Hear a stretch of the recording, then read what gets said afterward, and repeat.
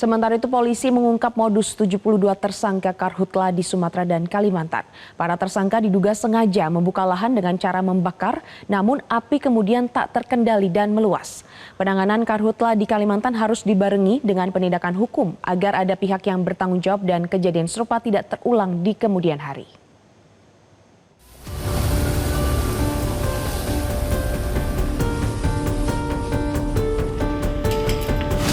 Direktorat Tindak Pidana Tertentu Barreskrim Polri mengungkap sebagian besar dari 72 tersangka karhutla diduga membuka lahan dengan cara dibakar. Modus ini dilakukan dengan menebang vegetasi terlebih dahulu, beberapa bulan sebelum musim karhutla memuncak pada Agustus. Setelah lahan ditebang, para tersangka kemudian membakar sisa vegetasi untuk mempercepat pembukaan lahan. Namun di tengah kondisi kemarau, api dapat dengan cepat menjalar dan menyebabkan kebakaran meluas.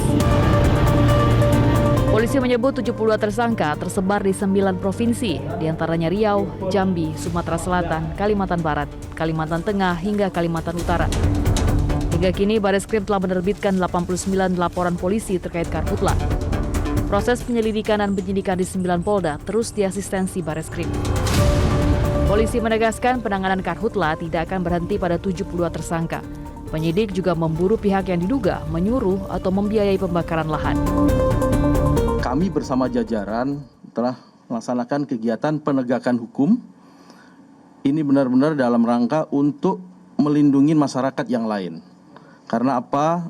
Mereka yang melakukan pembakaran tentunya mendapatkan keuntungan, tetapi hal tersebut justru merugikan warga masyarakat yang lain, terutama asap ataupun dampak-dampak kebakaran lainnya. Kami telah menerbitkan kurang lebih 89 laporan polisi. Ke-9 Polda ini telah melaksanakan kegiatan proses penyelidikan dan penyidikan dengan jumlah tersangka kurang lebih yang sudah ditetapkan adalah 72 orang tersangka perorangan. Yang mana proses penyelidikan dan penyidikan tersebut adalah melakukan penyelidikan dan penyidikan di titik-titik api yang terjadi di lapangan. Sementara itu, Polda Kalimantan Tengah sedang melakukan penyelidikan 51 kasus karhutla. Dari sejumlah perkara tersebut, sebanyak 8 kasus telah naik ke tahap penyidikan, dengan total 13 tersangka yang telah ditetapkan. Kapolda Kalimantan Tengah, Irjen Pol Iwan Kurniawan mengatakan pihaknya juga tengah mendalami dugaan keterlibatan maupun kelalaian korporasi dalam kasus karhutla. Menurut Iwan, untuk korporasi saat ini ada 4 korporasi yang sedang didalami pihak Polda untuk menyelidiki keterlibatan ataupun ada kelalaian atau kesengajaan dalam kebakaran hutan dan lahan. Dan sampai dengan saat ini proses penyelidikan itu kurang lebih ada 51 kasus yang sedang kita selidiki. Kemudian ada kurang lebih 13 yang naik ke penyidikan, itu ada 8 kasus dan tersangka yang ditetapkan ada kurang lebih 13 tersangka. Dan untuk korporasi saat ini ada 4 korporasi yang kita sedang dalami untuk bagaimana keterlibatan ataupun ada kelalaian atau kesengajaan di dalam kebakaran hutan ini. Ya. Tapi belum bisa saya jelaskan secara mendalam karena memang masih di dalam proses penyelidikan.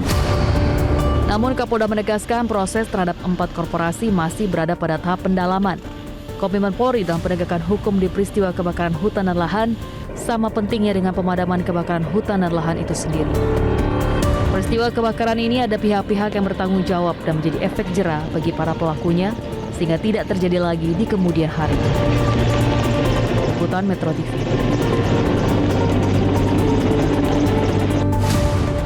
Jelajahi cara baru mendapatkan informasi. Download Metro TV Extend sekarang.